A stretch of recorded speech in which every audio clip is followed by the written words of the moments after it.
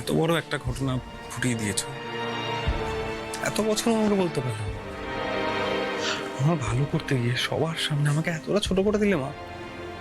আমার ট্যালেন্ট, কৃতিত্ব সবকিছুকে প্রশ্ন মুখে দাঁড় করিয়ে দিলে। না না বাবা, তোর ট্যালেন্ট তোর কাছে, তুই তো নিজের কৃতিত্বে জয়েন্টে চান্স পেয়েছিস।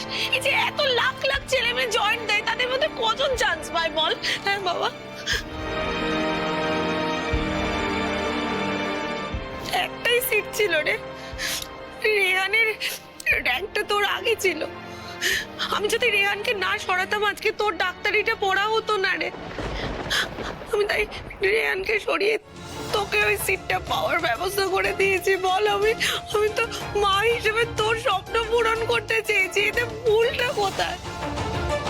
ভুলটা এখানেই আন্টি যে সৌম্য আর কখনো ছোটদা ভাইকে মুখই দেখাতে পারবে না। এই যে সৌম্য ছোটদা ভাইকে এতদিন ধরে হেয় করে আসতো নার্স হিসেবে, আর কখনো চোখে চোখই রাখতে পারবে না। তবে এটা একদিক থেকে ভালো হয়েছে, সাপে বর হয়েছে, সৌম্য কর্মফল পেয়েছে। কিন্তু একটা ছেলের কাছে সারা জীবনের জন্য লজ্জা বয়ে আনা, এটা কোনো মায়ের কর্ম নয় আন্টি। তোরা এখন আমাকে কাট করে দাঁড় করাচ্ছিস? হ্যাঁ, আমি যে সন্তানের জন্য মুখে রক্ত তুলে কেটেছি, কত খাটনি, কত যন্ত্রণা, কত স্যাক্রিফাইস একটা সন্তানকে মানুষ করতে করতে হয়, সেটা তোরা নিজেরা বাবা মা না হলে কোনোদিন বুঝতে পারবি না রে।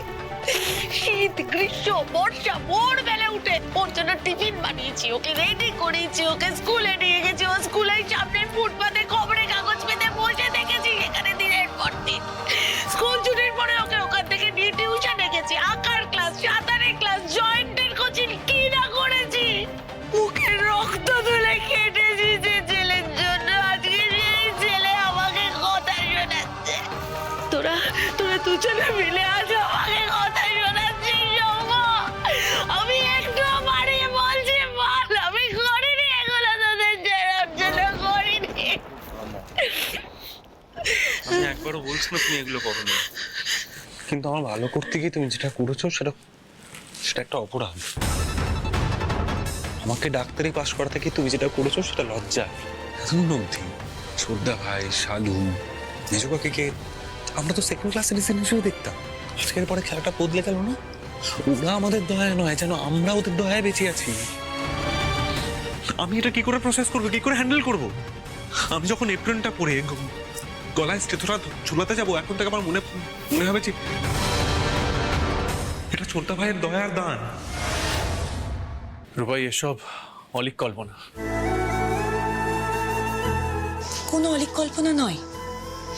আপনি একটা বছর এই নার্সের চাকরিটা ছেড়ে শুধু ডাক্তারি পরীক্ষার জন্য প্রস্তুতি নিন, আর তারপর পরীক্ষা দিন, দেখবেন আপনার এই ডাক্তারিতে চান্স পাওয়া থেকে কেউ আটকাতে পারবে না।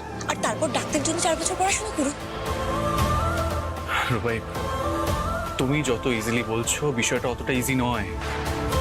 আমি যদি 1 বছর বসে থাকি, কাজ বাজ না করি, তাহলে চলবে কি করে? কেন চলবে না? আমরা স্বামী স্ত্রী দুজনে ইনকাম করি। আপনি 1 বছর কাজকর্ম ছেড়ে দিয়ে শুধু আপনার লক্ষ্যের পথে এগিয়ে যান, বাকিটা আমি দেখে নেব। মানে আপনার খরচ খরচা, আপনি এই সংসারে ভাগ বাবদ যে টাকা পয়সা দেন, সেটা আমি চালিয়ে নিতে পারবো না। শর্ত শুধু একটাই, আপনাকে মন দিয়ে পড়াশোনা করে ডাক্তার হতেই হবে। রূপাই, তোমার অনেক কষ্ট হবে। তুমি অলরেডি নিজের সংসারটা টানো। হ্যাঁ, আমি একটা সংসার টানি, আরেকটা সংসার টানবো, এটা এমন কি হাতি ঘোড়া ব্যাপার শুনি? দেখুন, আমি এখন 4টে ট্রিপ খাটি, পরে 8টা ট্রিপ খাটবো। মোনার জন্য এমনিতেই তো বই কিনি আমি, সাথে আপনার ডাক্তারি পরীক্ষার জন্য বই কিনবো। আর এই বাড়িতে আমাদের তো খাওয়া পড়া বাবদ কোনো খরচাপাতি দিতে হয় না। এই যেটুকখানি খরচা, ওটা আমি চালিয়ে নিতে পারবো। আমার লড়াইয়ের অভ্যাস আছে নার্স বাবু। নার্স বাবু না, আজকের পর থেকে আমি আপনাকে হবু ডাক্তার বাবু বলবো। একটু বেশি আস্থা রাখছো না তুমি আমার উপর? তোমার এত লড়াইয়ের পর আমি যদি ডক্টর না হতে পারি তখন? পারবেন, ঠিক পারবেন। আমি রাত দিন লোক চড়িয়ে খাই, আমি লোক দেখলে বলে দিতে পারি কে কোন কাজটা পারবে, কে কোন কাজটা পারবে না। পারলে আপনিই পারবেন। আর দেরি করবেন না, আপনি কাল থেকেই ডাক্তারি প্রস্তুতির পড়াশোনা শুরু করে দিন। কাল থেকে। ভালো